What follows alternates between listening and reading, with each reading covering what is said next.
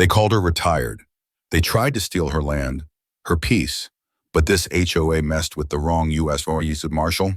When Evelyn Brooks and her warhorse justice ride, it's not just about bylaws, it's about a hidden past and a sealed warrant. Witness the takedown where the hunter becomes the hunted. You won't believe what she unveils.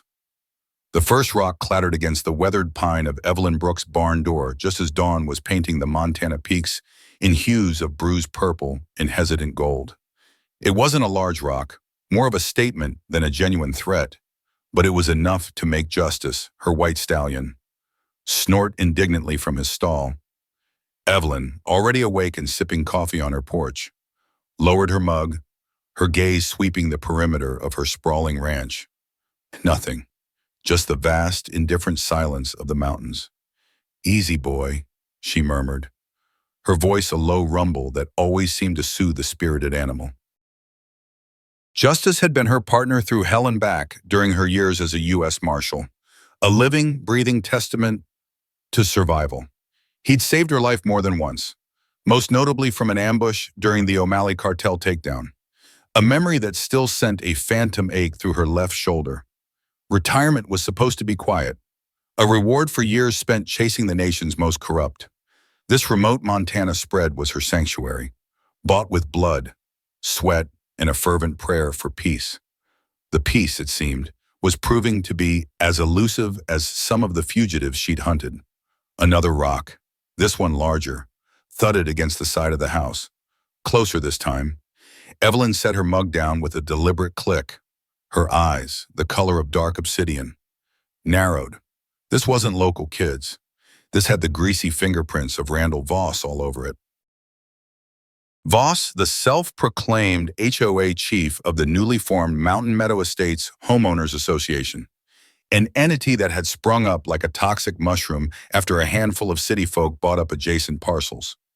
Naive to the realities of ranch life, and even more naive to the iron will of the woman who owned the largest, most coveted piece of land in the valley, Evelyn's property, the Double Star Ranch, had been in her family for generations before her, though she was the first to return after a long, distinguished career elsewhere. Voss, a transplant with too much money and an overinflated sense of entitlement, had made it his personal mission to make her life miserable, all under the guise of community standards. The latest salvo in his campaign of petty tyranny had been a string of nonsensical violation notices. First, it was her unapproved vegetable garden, a small patch of earth where she grew tomatoes, zucchini, and herbs. Apparently, the sight of thriving produce offended Voss's delicate sensibilities, or more likely, his desire to control every square inch of land within his imaginary fiefdom. Then came the citation for equine-generated landscape pollution, a ludicrous charge leveled against Justice for the crime of being a horse. Evelyn had ignored them, just as she'd ignored Voss's smarmy attempts at neighborly conversations that always veered into thinly veiled offers to buy her out. Her land wasn't for sale. Not to him, not to anyone. A white pickup truck, ostentatiously adorned with magnetic HOA enforcement signs, rumbled into view at the end of her long driveway. Spitting gravel, it stopped just short of her main gate. Voss himself was in the passenger seat, a portly man in his 50s, his face flushed with a self-important scowl. Driving was a younger man, burly and sporting a crew cut, one of the 4 officers Voss had hired, local thugs given cheap uniforms and an even cheaper sense of authority. Evelyn remained on her porch, unmoving, a silent sentinel. She wasn't surprised. This was the escalation she'd been expecting. Voss heaved himself out of the truck, clutching a clipboard like a scepter. "Marshal Brooks," he boomed, his voice carrying an unearned authority that grated on Evelyn's nerves. He always used her former title, a deliberate attempt to needle her, to remind her of a life she'd left behind, perhaps to imply she thought herself above his petty rules. "Voss," she replied, her voice calm, devoid of inflection. "We're here regarding the outstanding violations," Voss announced, puffing out his chest. "Your continued refusal to comply with community bylaws specifically. The unpermitted agricultural cultivation and the ongoing issue of landscape contamination by your animal has left us no choice. Your community bylaws don't apply to my land, Voss, Evelyn stated, her tone as unyielding as the mountains behind her. This is private property, deeded and zoned agricultural long before your HOA even existed. This was a point of law she had verified meticulously. His HOA had jurisdiction only over the new, smaller plots, not established ranches like hers. Voss's face tightened. A technicality we are currently addressing with the county. In the meantime, as per HOA regulations, we have the right to inspect and, if necessary, remediate any violations that impact the aesthetic and environmental integrity of Mountain Meadow Estates. He waved a hand dismissively, as if swatting away her legal standing. Frankly, that horse of yours is an eyesore and a health hazard. It's Justice, as if on cue, let out a piercing whinny from the barn, a sound that echoed with primal power. Evelyn almost smiled. You are not setting foot on my property. Voss, she said, her voice dropping, taking on the steely edge that had made hardened criminals quail. Consider this your only warning. Is that a threat? Marshal, Voss sneered. Though a flicker of something, perhaps, crossed his eyes, he knew her reputation. Of course, everyone in the valley did. The quiet, retired black woman living alone was also a decorated federal officer. A crack shot, and someone who didn't back down. That was the part of the equation Voss, in his arrogance, consistently underestimated. He saw her solitude as weakness, her race and gender as reasons to assume her subservience. He was dangerously mistaken. It's a statement of fact, Evelyn corrected. Now, I suggest you and your associates, she glanced at the goon who had now exited the driver's side and was trying to look intimidating. Remove yourselves from my driveway. We have a legal right, Voss insisted, his voice rising, and we have 4 officers here to ensure compliance. He gestured, and as if from the ether, 3 more men, similarly attired in their mock police gear, emerged from the back of the truck and from behind a line of trees just off her property line. They fanned out, attempting a show of force. They looked less like a paramilitary unit and more like a poorly rehearsed community theater troupe playing cops. But they were armed, Evelyn noted, sidearms clearly visible. That changed the calculus, but not her resolve. The core problem, Evelyn knew, wasn't the vegetable garden or justice. It was the land, her sprawling ranch, with its prime water rights and access to the national forest, was the jewel of the valley. Voss and his shadowy backers, whom Evelyn suspected were developers with deep pockets, wanted it. They'd tried offers, then veiled threats, and now this manufactured HOA crisis. They were trying to bully her out, to make her life so unbearable she'd sell. Your officers are trespassing if they cross that gate, Voss. And so are you, Evelyn said, her hand unconsciously drifting to her side, where a Colt 45 Peacemaker would normally rest in a well-worn holster during her Marshal days. It wasn't there now, but the muscle memory remained. She didn't need it. Not yet. We're coming in, Brooks, Voss declared, his face mottling with anger. He nodded to one of his men, a lanky individual with shifty eyes. Open the gate. We'll start with the illegal crops.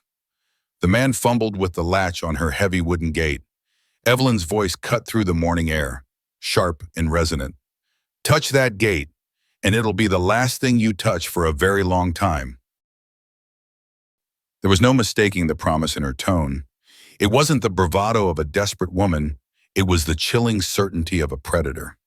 The man froze, his hand hovering over the latch.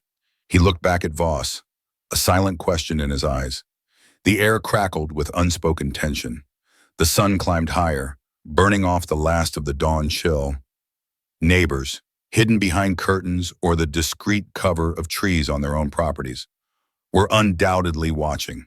Some, Evelyn knew, had started discreetly filming Voss's escalating harassment on their phones, a small, modern form of solidarity. Voss, however, seemed to draw strength from his small audience of thugs. Don't listen to her. She's just a has-been trying to relive her glory days. This is HOA jurisdiction, he blustered, his voice a little too loud, a little too forced. He was trying to convince himself as much as his men. The problem, Evelyn thought, wasn't just about her land anymore. It was about the insidious creep of petty tyrants like Voss, who used manufactured rules and a veneer of legality to impose their will, to discriminate, and to steal. He was a bully, plain and simple, a racist one at that. If the quiet, coded comments she'd heard reported back to her were any indication, and if there was one thing Evelyn Brooks had never tolerated, it was a bully. Last chance, Voss, she said, her voice dangerously soft. Leave, he scoffed. Or what? Marshal, you gonna shoot us all with what your legendary marksmanship? Those days are over. He took a step forward, emboldened by her apparent lack of visible weaponry. We are lawfully empowered. He didn't get to finish the sentence, because from the barn, a sound erupted that was far more intimidating than any human shout. It was the sound of 1,000 pounds of pure white fury, a war cry honed in the crucible of real conflict. The main barn door, not just the stall door, suddenly shuddered. And then it burst open. Justice didn't just exit the barn, he exploded from it. The heavy wooden doors, already stressed by his initial impact, flew outwards with a crack like thunder, one tearing partially from its hinges. The white stallion, all 16 hands of him, was a vision of controlled fury, nostrils flared, eyes burning with an almost sentient fire. He wasn't just a horse, he was a statement, a four-legged force of nature that had tasted battle and carried a warrior. His sudden violent appearance sent a visible shockwave through Voss's ersatz police force. The man nearest the gate, who had been about to force the latch, stumbled back several paces, his face paling. Another instinctively reached for his sidearm, then seemed to think better of it as Justice reared slightly, hooves pawing the air, a deafening trumpet call ripping from his throat. Evelyn moved with the fluid grace of a seasoned predator. Before Voss or his men could fully process the equine cannonball that had just been launched in their direction, she was off the porch, not running, but gliding with a purposeful speed, in a motion too swift for the untrained eye to follow. She unlatched a hidden compartment beneath the porch railing. Her hand emerged, not with a firearm, but with a coiled leather bridle and a lightweight, custom-fitted saddle she could secure in seconds. Justice, seeing her, quieted his battle cry to a rumbling nicker, trotting towards her with an eagerness that belied his ferocious entry. He lowered his magnificent head, nudging her shoulder. Knew you'd have my back, boy, Evelyn murmured, her voice a stark contrast to the chaos. As she expertly slipped the bit into his mouth and settled the saddle, there was no fear in her, only a profound, symbiotic understanding with the animal. Within moments, she swung herself onto his bare back. The saddle was for longer rides, not immediate confrontations. Her seat perfect, her posture radiating an authority that dwarfed Voss in his blustering. Now, she wasn't just Evelyn Brooks, retired Marshal. She was the woman on the white horse, a figure of legend and undeniable power, framed against the raw grandeur of the Montana wilderness. The sight was arresting, biblical even. Voss, momentarily stunned into silence by Justice's dramatic intervention, found his voice, though it was now several octaves higher and laced with a distinct tremor. What in God's name is the meaning of this? That animal is dangerous. It should be put down. Evelyn leaned forward slightly, stroking Justice's powerful neck. The horse stood like a statue, though his muscles quivered with readiness. He's protective, Voss, of his home, of me, something you clearly don't understand. Her eyes, cold and assessing, swept over the four officers.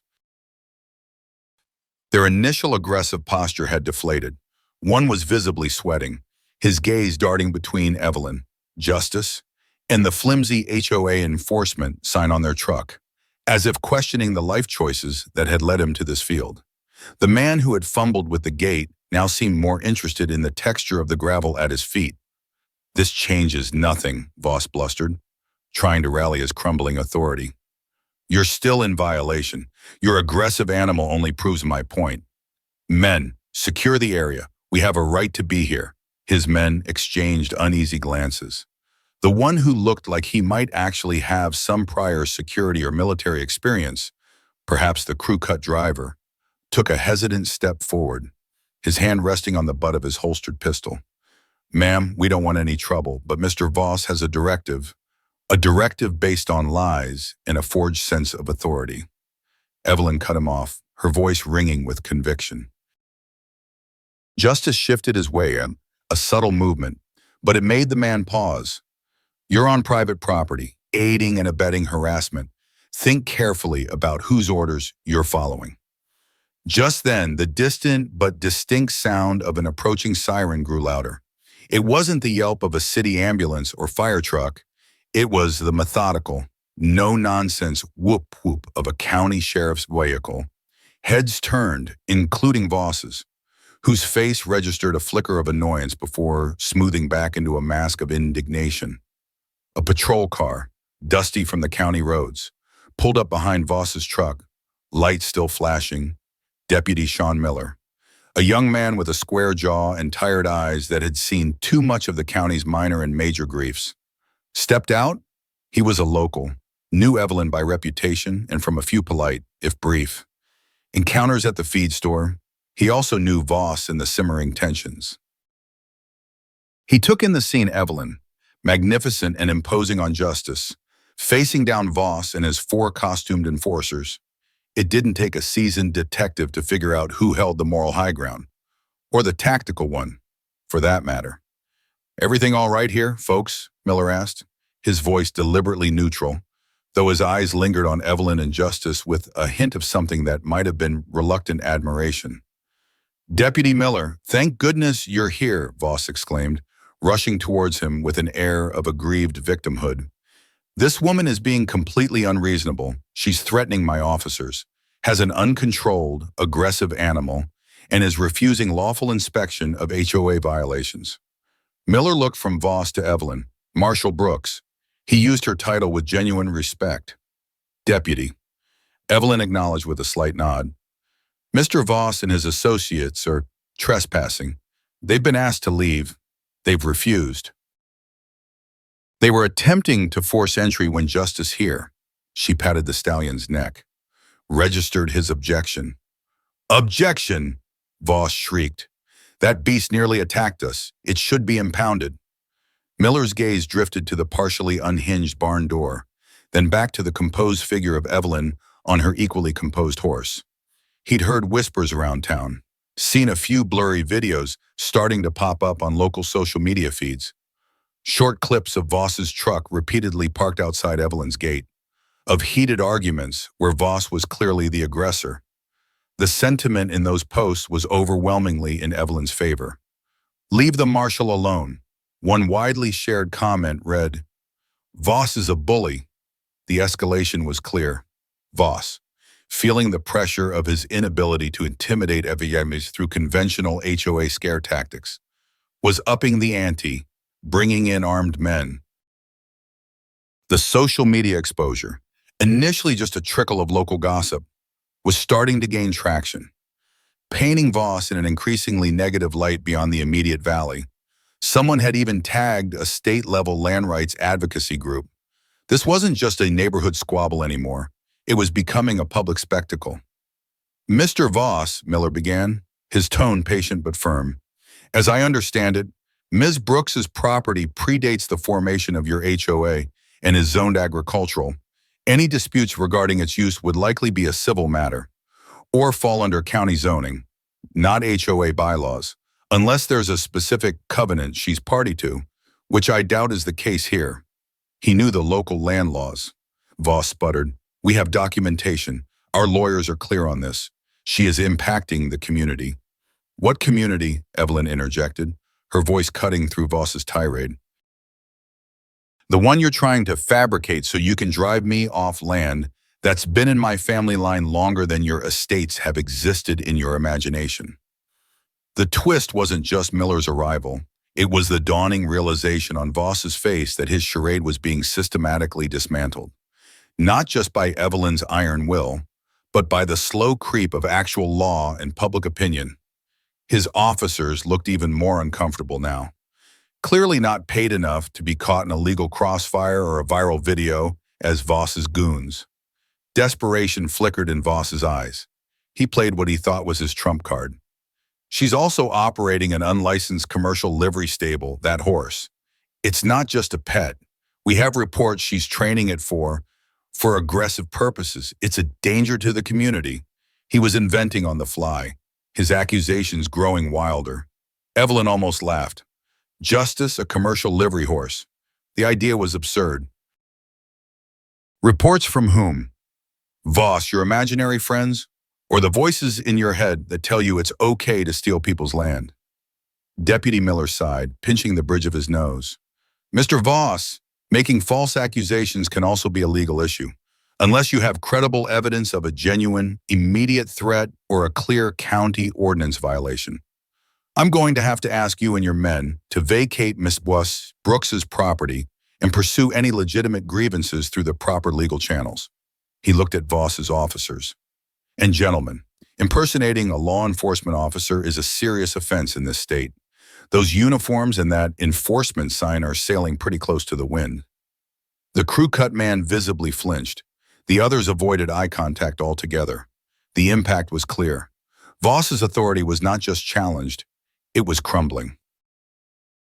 The neighbors watching from a distance, their camera phones likely still recording, were witnessing not the intimidation of a lone woman, but the public unmasking of a petty tyrant. The social media wildfire was about to get a fresh dose of high-octane fuel. Evelyn felt a grim satisfaction. This was no longer just about her fence line. It was about exposing the rot. Voss's face was a mask of fury and thwarted ambition. This isn't over. Brooks, this is far from over. You will regret this, he snarled, jabbing a finger in her direction. Evelyn sat calmly astride Justice, the mountain wind gently ruffling the horse's silver mane. She didn't need to say a word. Her presence, her history, and the unwavering loyalty of the magnificent animal beneath her said it all. The ground had shifted.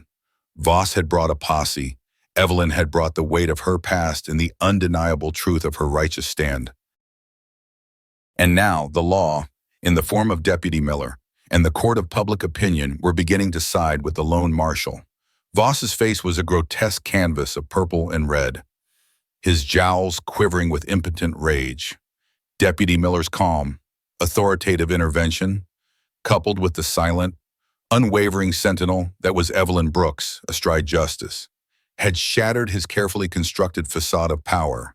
His officers, now looking less like a paramilitary unit and more like a group of men who'd mistakenly wandered into a minefield, were visibly shrinking. The one with the crew cut, who had initially seemed the most committed, now had his hands held carefully away from his sidearm, his gaze fixed on Miller as if the deputy were his only lifeline.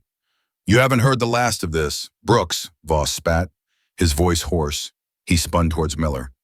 And you, deputy, you're obstructing a lawful HOA action. I'll be speaking to your sheriff. I'll be speaking to the county commissioner.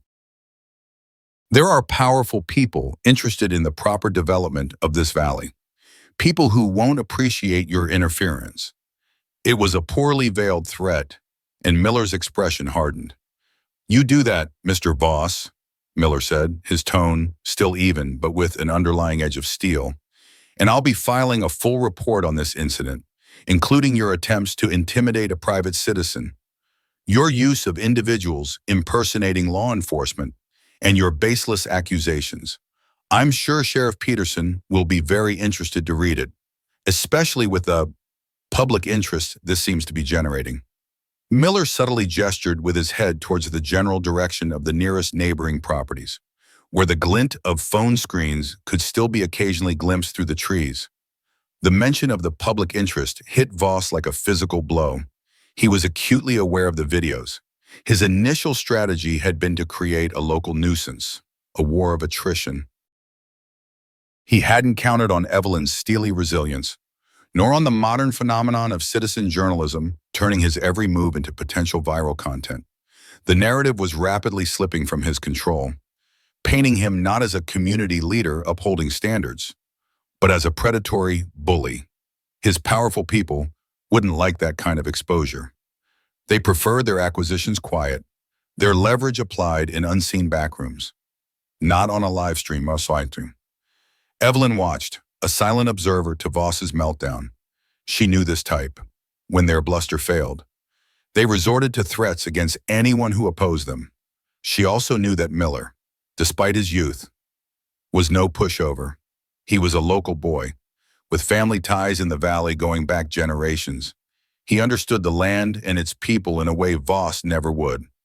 Now, for the last time, Mr. Voss, I'm instructing you and your men to leave Miss Brooks's property, Miller stated, his voice leaving no room for argument.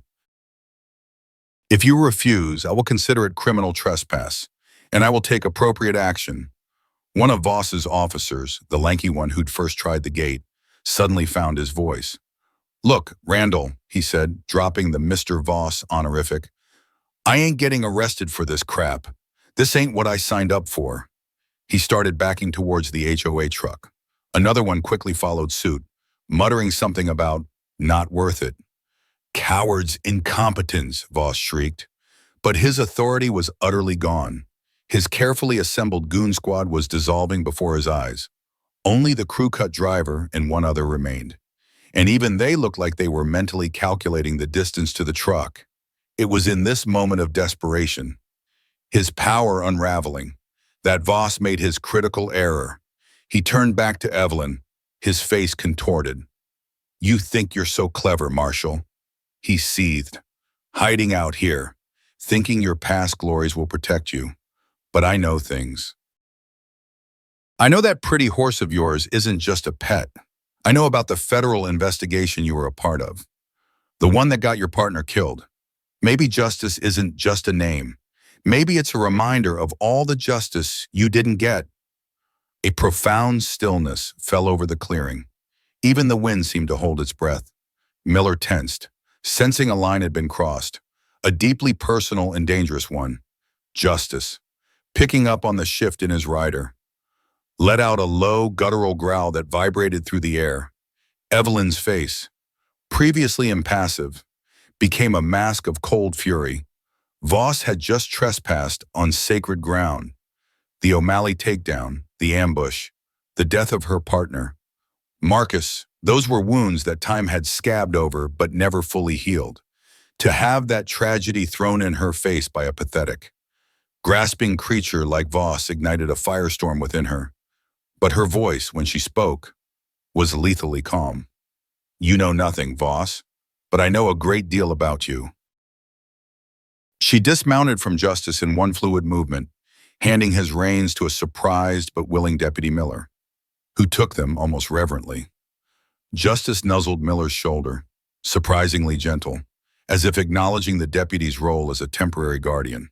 Evelyn walked towards her porch, not with haste, but with the deliberate tread of someone about to unveil a meticulously prepared trap. Voss watched her, a sneer still on his lips, but a new flicker of uncertainty in his eyes. What could she possibly have? Evelyn didn't go for a weapon. Instead, she retrieved a thick, waterproof document case from the same hidden compartment under the porch railing where she'd stored her bridle. She walked back towards Boems, who stood rooted to the spot, his remaining two officers now looking distinctly ill. For months, Miss Voss, Evelyn began, her voice clear and carrying, you have engaged in a systematic campaign of harassment, intimidation, and attempted fraud. You've falsified HOA documents, misrepresented your authority, and attempted to extort land through coercion. She opened the case. And I've documented every single instance. She pulled out a sheaf of papers, neatly organized.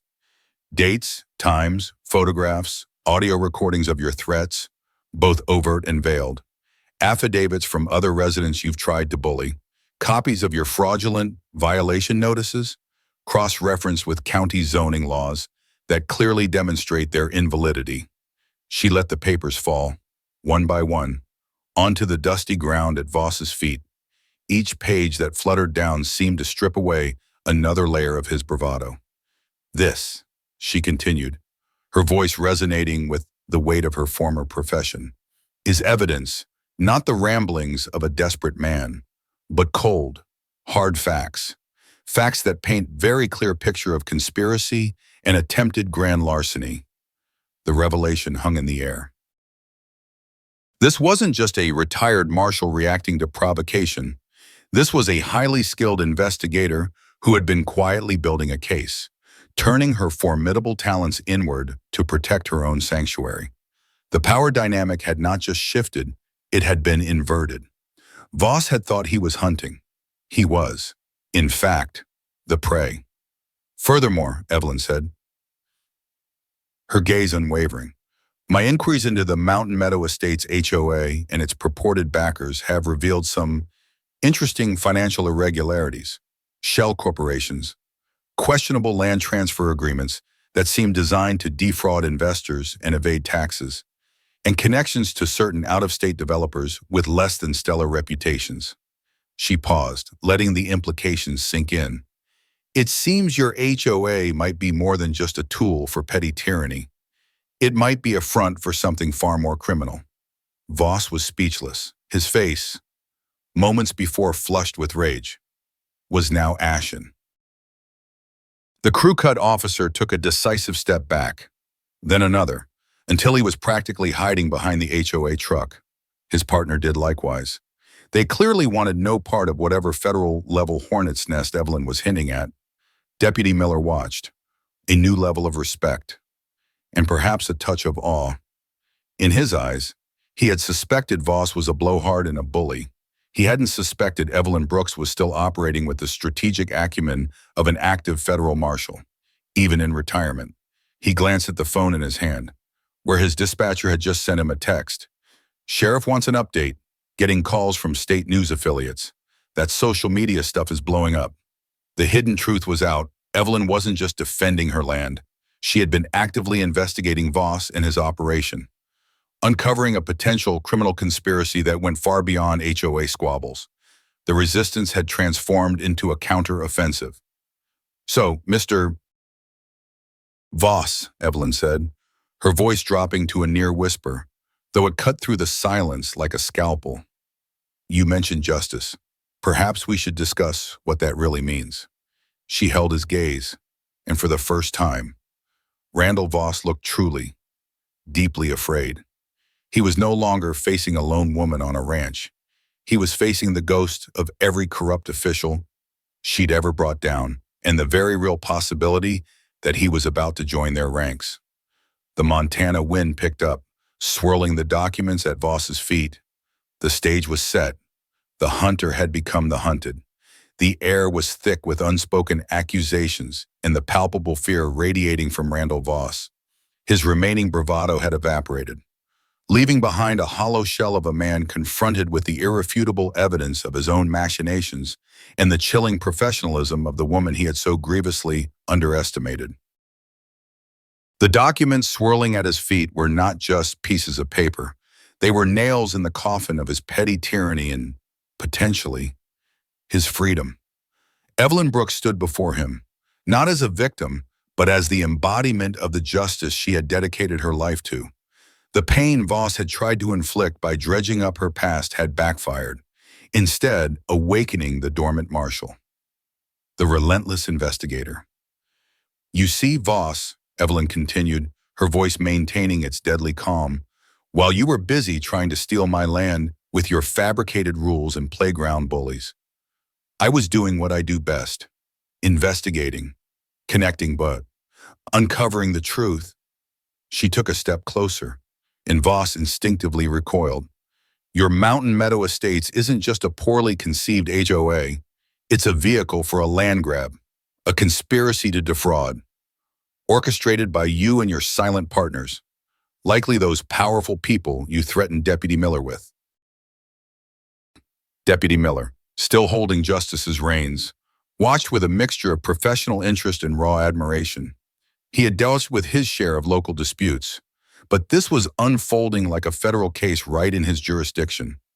His phone buzzed again, Another text from the sheriff, likely wanting to know why half the state seemed to be calling his office about a situation in Miller's patrol zone.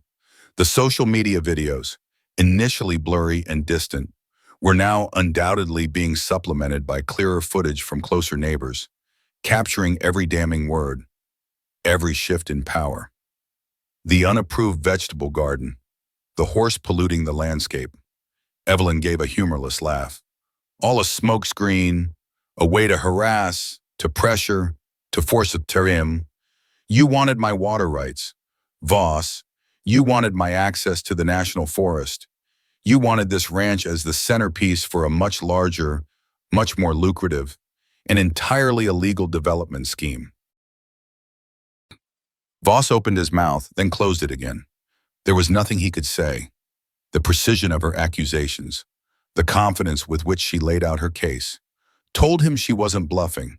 She had him, and he knew it. Then, Evelyn delivered the masterstroke from the document case. She pulled out one last item. It wasn't another piece of evidence against Voss's HOA scams. It was a single, official-looking document, bearing a very distinctive seal. While my personal investigation into your local activities has been illuminating, Evelyn said, her eyes boring into Voss. Old habits die hard. In some old cases, it turns out, are never truly closed. She unfolded the document. This, for Voss, is a sealed federal arrest warrant issued by a U.S. District Court for one Randall Thomas Voss. A collective gasp seemed to be sucked from the air. Miller's eyes widened in disbelief. Even Justice seemed to sense the monumental shift, his ears swiveling forward, intently focused. Voss stared at the paper as if it were a rattlesnake poised to strike. His face, already pale, turned a sickly shade of gray. It seems, Evelyn continued, her voice resonating with the full authority of the United States government she once formally served, that your activities prior to gracing Montana with your presence were also of interest to federal authorities. Specifically, charges relating to wire fraud, mail fraud, and conspiracy to commit money launderings in connection with a series of failed real estate ventures in 3 other states. A case I worked on, Mr. Voss, just before my retirement, a case where the primary target, a Mr. X, fitting your description and modus operandi, disappeared before he could be apprehended. She paused, letting the weight of her words crush him. You changed your name, grew a beard, moved to the middle of nowhere, and thought you could start over, preying on a new community. But you made one mistake. You picked a fight with the wrong retired marshal. The silence that followed was absolute, broken only by the rustle of the wind and the distant caw of a raven. Voss looked like he might collapse. The hunter was not just hunted, he was cornered, exposed, and about to be caged. Deputy Miller, Evelyn said, turning to the stunned lawman. As a former U.S. Marshal, I am still authorized under specific federal statutes to effect a federal arrest under exigent circumstances, particularly when there's a risk of flight and the warrant is valid. However, in the interest of interagency cooperation. A faint smile touched her lips. I believe you are more than capable of taking Mr. Voss into custody based on this warrant.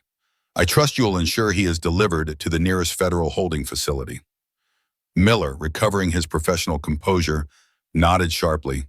Yes, ma'am, it would be my honor. He handed Justice's reins back to Evelyn, who took them with a grateful nod.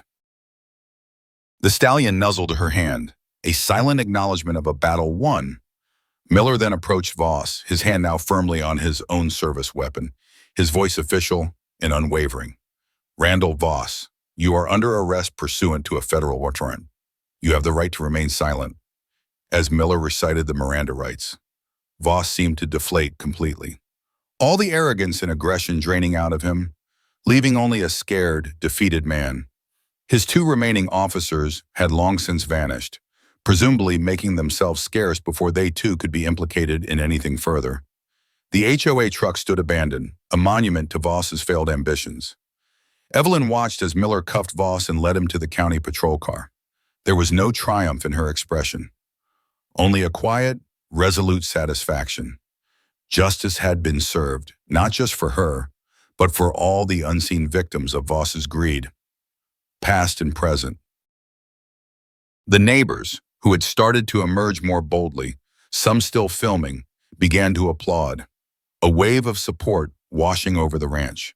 Later, as the dust settled and Voss was on his way to a future far less comfortable than his Mountain Meadow Estates fantasy, Sheriff Peterson himself arrived. He listened intently as Evelyn and Miller recounted the events, his respect for Evelyn growing with every word. He assured her of his department's full cooperation with federal authorities and thanked her for her extraordinary service, both past and present. The video footage, of course, went viral. Montana Marshal stands down HOA kingpin, and Justice rides again, retired Fed takes down fraudster, were just a couple of the headlines that blazed across news sites and social media. Evelyn Brooks became an overnight folk hero, a symbol of resilience against bullies and corruption. Her quiet ranch was no longer just a sanctuary, it was a landmark of defiance and integrity. The powerful people Voss had alluded to quietly distanced themselves from the entire debacle. Their development plans for the valley indefinitely shelved. The Mountain Meadow Estates HOA dissolved ignominiously. Evelyn, with justice by her side, stood on her porch, watching the sun dip below the Montana peaks, painting the sky in colors of peace and vindication. Her vegetable garden thrived. Her land was safe. The silence of the mountains returned, no longer indifferent, but imbued with a sense of hard-won tranquility. She had faced down the darkness once more, not in the gritty streets of a city, but in the wild heart of the country she called home. And she had won. Her fight for her small piece of earth had unmasked a larger evil, proving that one person, armed with courage, integrity, and a very determined white horse, could indeed make a difference. The legend of Marshal Evelyn Brooks and her stallion, Justice, would be told in the valley for generations to come.